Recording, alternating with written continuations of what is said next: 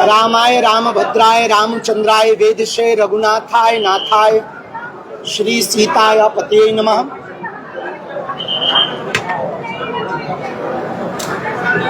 अंजनानंदनम वीरम जानकी शोकनाशनम कपीसमक्षांतारम वंदे लंका भयंकरम।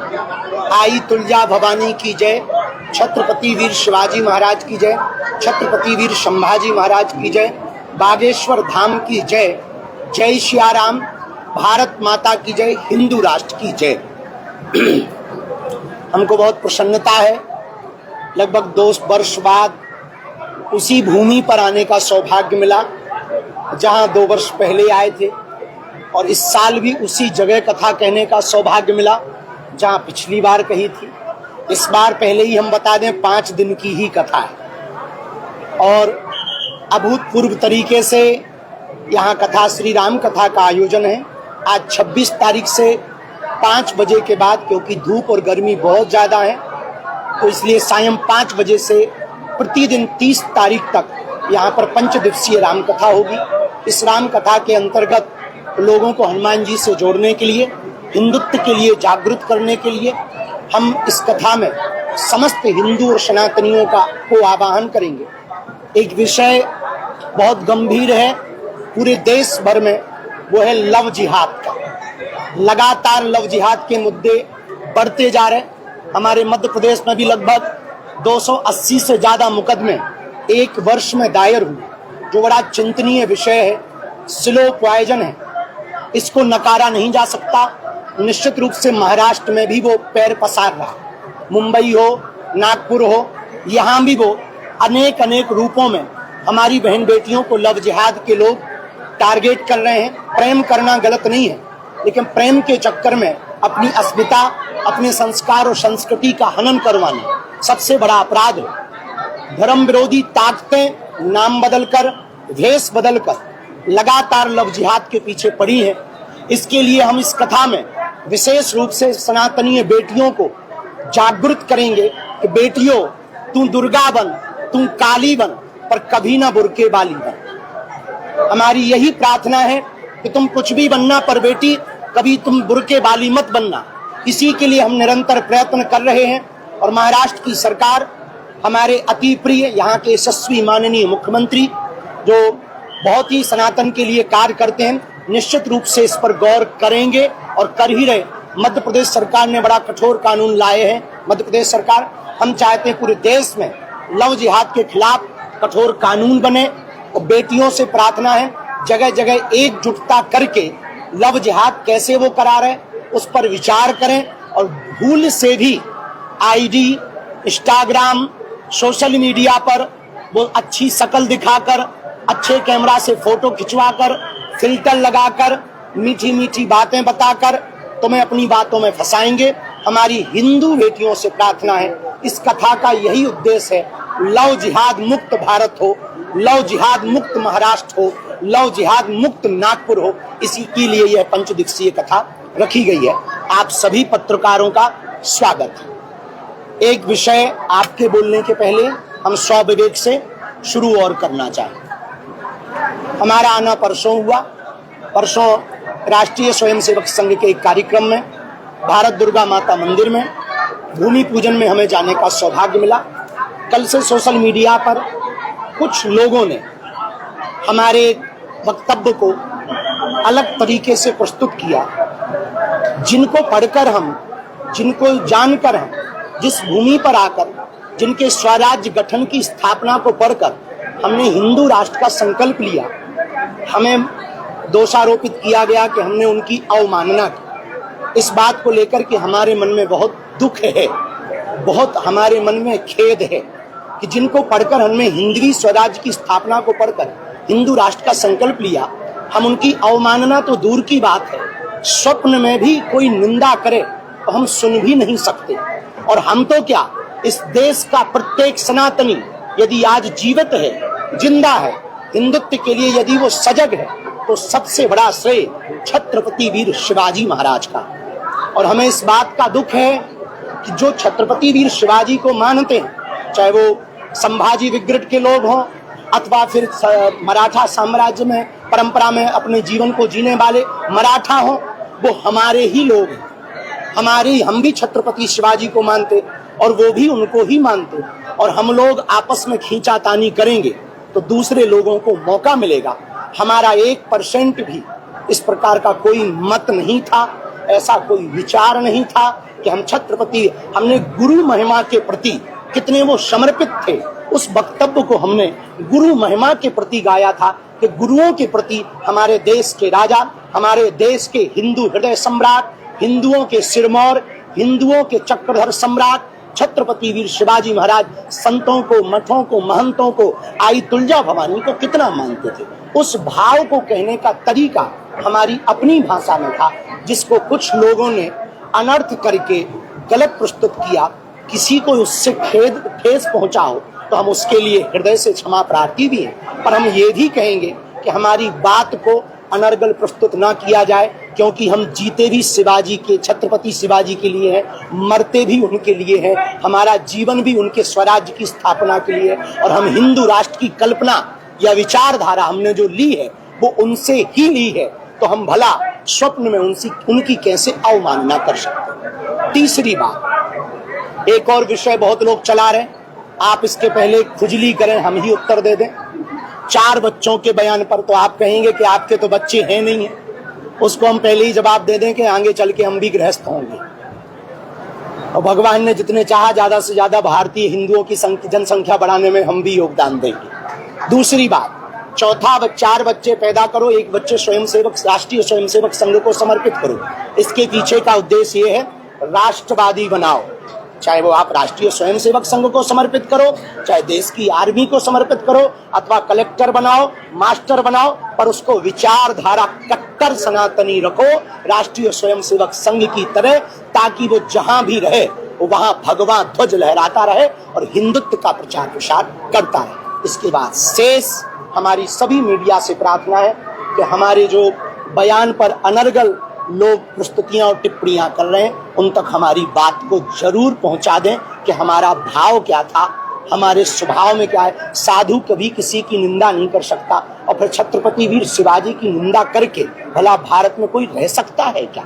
जिनसे हिंदवी स्वराज्य की स्थापना का हमने संकल्प सीखा हो, जाना हो, जिनकी वीरता को पढ़ करके हमने अपने चरित्र को, जीवन को बहुत संभाल कर चलाने का प्रयत्न किया हो, भला उनका कौन अवमानना कर सकता? इस बात को पहुंचाने की कोशिश। शेष जो खुजली हो, जो मन में प्रश्न हो, इस बात से तो हम मान सकते हैं कि हमारी कुंडली में विवाद मीडिया दोनों है, और खासकर नागपुर में ये जरूर होता है कि हम जब भी नागपुर आए, पता नहीं ऐसा क्या होता, हम कुछ भी ना बोले तब भी कुछ ना बोले। पिछली बार तो कुछ बोले भी नहीं, फिर भी हो गया। इस बार भी हमने बोला अच्छे के लिए कि उनका सम्मान और बढ़े, कि वो कितने संतवादी थे, कितने अद्भुत भक्त थे, लेकिन उसका फिर गलत प्रस्तुत हो गया।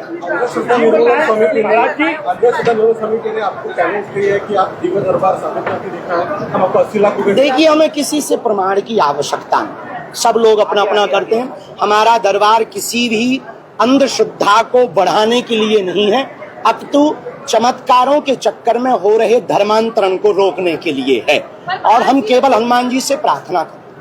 पर महाराज जी, अक्सर आपके दरबार में लोग चमत्कार की उम्मीद लेकर आते हैं, तो आप आस्था और अंधविश्वास इन दोनों, देखिए, श्रद्धा और अंधविश्वास के बीच में एक बारीक लेयर है, बहुत बड़ी लेयर नहीं है।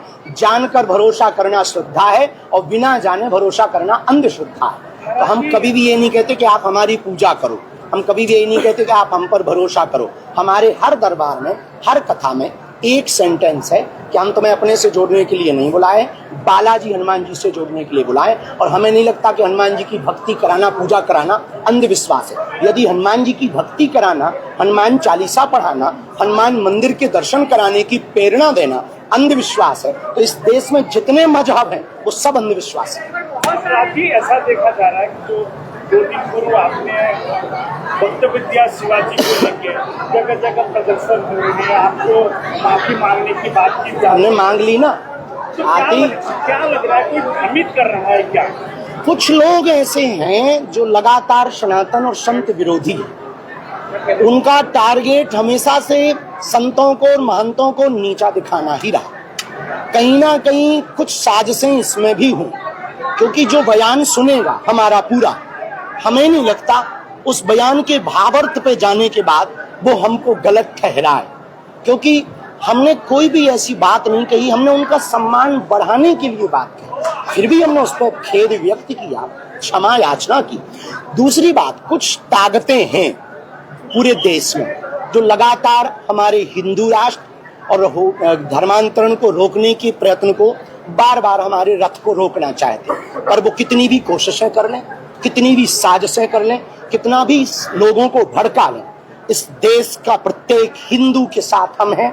महाराष्ट्र का एक एक जन जन बच्चा बागेश्वर धाम के साथ है, क्योंकि उन्हें पता है हम अपने लिए नहीं जीते, हिंदुत्व के लिए जी रहे हैं, हिंदवी स्वराज्य के लिए जी रहे हैं और सनातन के लिए जी रहे हैं। शिवाजी महाराज जो है लड़ते लड़ते थक गए हैं, तो इस वजह से उन्होंने कमान किसी और को दी थी, ऐसे भी आपके वक्तव्य चल रहे हैं। उसमें देखिए, उस बात को बहुत अलग तरीके, पूरी कथा को सुने कि एक गुरु के प्रति, जैसे अर्जुन ने महाभारत काल में भगवान श्री कृष्ण से कहा कि ये सब हमारे हैं, हम इनसे युद्ध नहीं करेंगे, तो भगवान कृष्ण ने गीता का उपदेश दिया कि नहीं, ये तुम्हारा धर्म युद्ध है।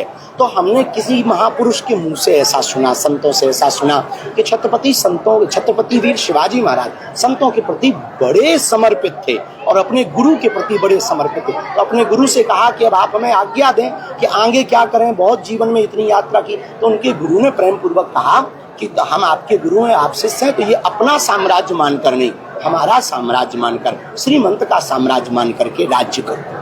तो हमने उनकी अवमानना के लिए ये विषय नहीं सुनाया। हमारा भाव अर्थ जो था वो ये था कि उनकी महिमा और बढ़े, कि वो संतों के प्रति कितने समर्पित थे। उसको बस थोड़ा सा क्लिप लेकर के लोगों ने बहुप्रचारित किया। जी, देश भर में अभी बागेश्वर धाम एक ऐसा तीर्थ है, बागेश्वर धाम, जहाँ की दान पेटियों में आने वाली चढ़ोतरी से गरीब बेटियों का घर बसाया जाता है। और इसके लिए भारत में निरंतर हम प्रयत्न कर रहे हैं कि मंदिरों से ये कार्य प्रारंभ हो। अब तक लगभग 1675 बेटियों का घर बस चुका है, बेटियों का। अब 4 जुलाई को हम एक नया नवाचार करने वाले हैं। जिन बेटियों का विवाह हुआ उनके भी बेटियां हो गई, अब हम नाना बन गए, वो भी बिन ब्याहे नाना। तो अब उन बेटियों का दायित्व है कुछ करने का। तो हमने अपने जन्म दिवस को घोषित किया ज्ञान दान ध्यान दिवस। उन बेटियों को गोद लेकर उनकी शिक्षा का खर्च बागेश्वर परिवार उठाए। बागेश्वर जी, इन दिनों महाराष्ट्र में ऐसे भी जो प्रभाव हुए, जैसे नासिक का जो प्रकरण है अशोक खराब, उनकी भी तुलना अभी इन दिनों आपसे हो रही है, क्या कहेंगे? दुनिया में तुलना तो कोई किसी से भी कर सकता है। अपने बोलने का सोशल मीडिया पर 10,000 के मोबाइल से कोई कुछ भी लिख सकता है। दूसरी बात, 2 बातें हमारे जीवन में बहुत स्पष्ट हैं। एक ये, हम जो कहते हैं, जो कह रहे हैं, उस पर चलते हैं। दूसरी बात बहुत स्पष्ट ये, चरित्र के मामले में हमने अपने जीवन में कभी भी समझौता नहीं किया, पर इसके लिए हमें प्रमाण देने की आवश्यकता नहीं। पर तुलना तो दुनिया अलग से करती है, पर लोगों से हम कहेंगे आप हम पर या किसी भी बाबा पर भरोसा मत करो, भगवान पर भरोसा करो।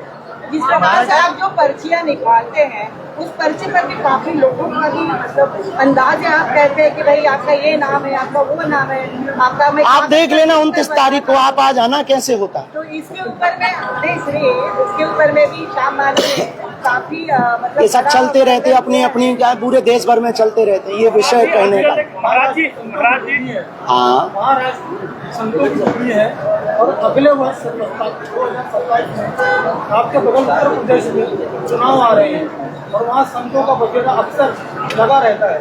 तो ऐसे में शरणार्थियों की जिताने के लिए शरणार्थियों के पक्ष में आप किस तरीके की भूमिका अदा करते हैं? हम राजनीति पर बयान नहीं देते हैं, राजनीति से बहुत बचते भी हैं, क्योंकि ये जो वक्तव्य हमारे कई बार विरोध करते हैं ये राजनीति के चक्कर में ही हो जाते हैं। इसलिए हम राजनीति, क्योंकि हमारी नीति धर्म नीति है और राजनीति से लेना देना नहीं है। बस जो देश का हित चाहे, राष्ट्र का हित चाहे, सनातन का हित चाहे, वो देश पर राज करे, वो विजय हो, ऐसी प्रार्थना। महाराज, आपने 4 बच्चों का जिक्र किया, एक तरफ जनसंख्या नियंत्रण की बात की जाती है और आप 4 बच्चों की बात कर रहे हैं। जनसंख्या नियंत्रण हो तो चच्चे के 30-30 बच्चे क्यों?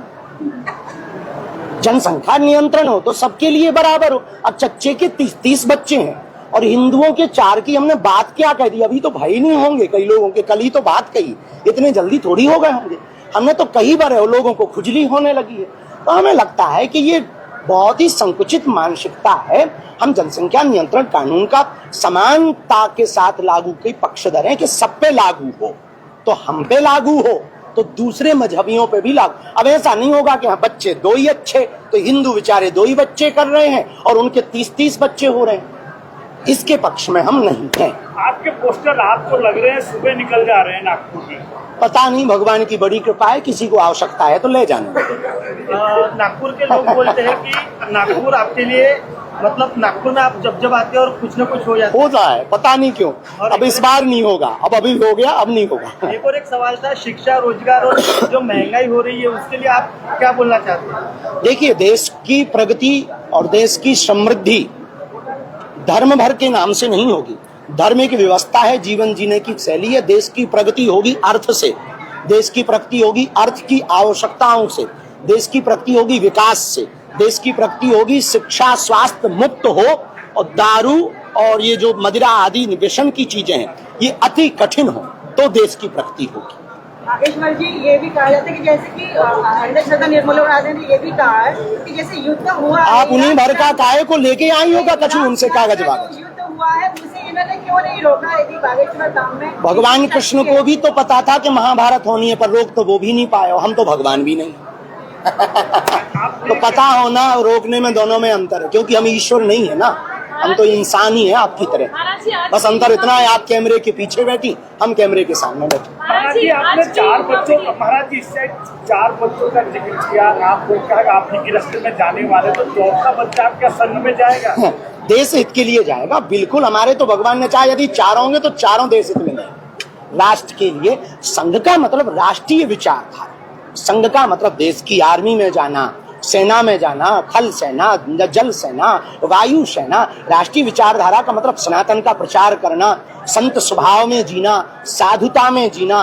राष्ट्रीयता का मतलब है कि हमारी विचारधाराओं का प्रचार प्रसार करना। जैसे जगह जगह जाकर अभंग गाकर स्वामी जगतगुरु नामदेव जी ने, जगतगुरु संत तुकाराम जी ने प्रचार किया, संत ज्ञानेश्वर महाराज जी ने, ज्ञानदेव जी ने प्रचार किया। ये राष्ट्रीयता का मतलब। राष्ट्रीयता का मतलब केवल संघ का प्रचारक बनना नहीं है, राष्ट्रीयता का मतलब है देश के लिए जीना। ये हमारा उद्देश्य है। आज की युवा पीढ़ी मॉडर्न लाइफस्टाइल और सोशल मीडिया की ओर ज्यादा अट्रैक्ट हो रही है जी। उनको क्या मैसेज देना चाहेंगे? रील के जमाने में रियल मत खो जाना, जो आप हैं वो बने रहना, अपनी परंपराओं से जिंदा रहना, और रील के एल्गोरिदम में फंस करके टाइम बर्बाद मत करना। सबसे बड़ा नशा एडिक्शन इस देश में वर्तमान में रील और इंस्टाग्राम का हो रहा है। और हम अपनी बहन बेटियों को जरूर कहेंगे कि बेटियों, तुम कलेक्टर बनो, मास्टर बनो, कंडक्टर बनो, नेवी में जाओ, एयरफोर्स में जाओ, आर्मी में जाओ, सब कुछ बनो, पर नाचने वाली मत बनो। रील पर जाकर के डांस आदि करने वाली बहन बेटियों से प्रार्थना है, हम अवमानना नहीं कर रहे, सब बहन बेटियों को सजग कर रहे हैं कि उस पर नृत्य करना हमारी संस्कृति भारतीय परंपरा में उचित नहीं है। उससे जितना बचे उतना अच्छा है।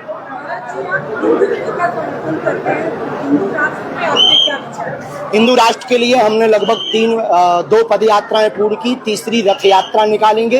हिंदुत्व के लिए महाराष्ट्र में भी जल्दी निकालेंगे और महाराष्ट्र में एक विशाल यज्ञ का आयोजन करेंगे जो हिंदू राष्ट्र के लिए होगा। उसमें लाखों हिंदू एक साथ हिंदवी स्वराज्य की स्थापना का, हिंदू राष्ट्र की स्थापना का संकल्प लेंगे।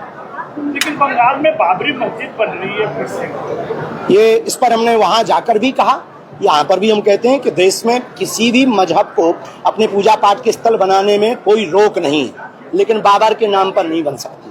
बाबर विदेशी आक्रांता है और बाबर का रघुवर के देश में कोई काम नहीं। धन्यवाद।